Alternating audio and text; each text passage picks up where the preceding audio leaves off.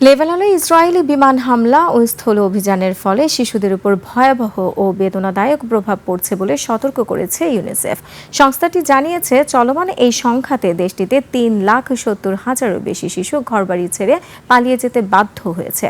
এই পরিস্থিতিতে শিশুদের শারীরিক নিরাপত্তা বিঘ্নিত হওয়ার পাশাপাশি তাদের মানসিক স্বাস্থ্যের উপরও দীর্ঘমেয়াদী ক্ষতিকর প্রভাব পড়ছে। বিস্তারিত আফসানা নীলা রিপোর্টে। মধ্যপ্রাচ্যের চলমান সংঘাত ক্রমেই ভয়াবহ রূপ নিচ্ছে।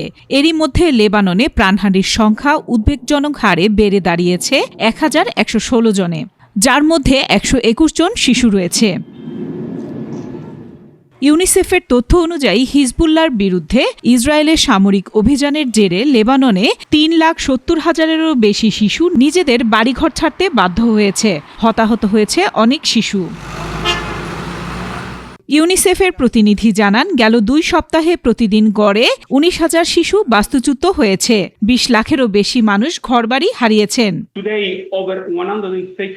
এই সংঘাতের জন্য সবচেয়ে বেশি মূল্য দিতে হচ্ছে শিশুদের, এবং আমরা জরুরিভাবে সকল অভাবী মানুষের কাছে নির্বিঘ্ন মানবিক সহায়তা পৌঁছানোর আহ্বান জানাচ্ছি। ইউনিসেফ আরও জানায়, ইসরায়েলি বাহিনীর ক্রমাগত হামলায় লেবাননে প্রায় 14% এলাকা উচ্ছেদ ও বাস্তুচ্যুতের হুমকির মুখে। ঘরছাড়া শিশুদের অনেকেই অস্থায়ী আশ্রয়কেন্দ্র, স্কুল কিংবা উন্মুক্ত স্থানে অবস্থান করছে। এতে তাদের খাদ্য, বিশুদ্ধ পানি, স্বাস্থ্যসেবা ও শিক্ষার মতো মৌলিক চাহিদা মারাত্মকভাবে ব্যাহত হচ্ছে। চলমান সহিংসতা শিশুদের শারীরিক ক্ষতির পাশাপাশি মানসিক স্বাস্থ্যের ওপরও গভীর প্রভাব ফেলছে।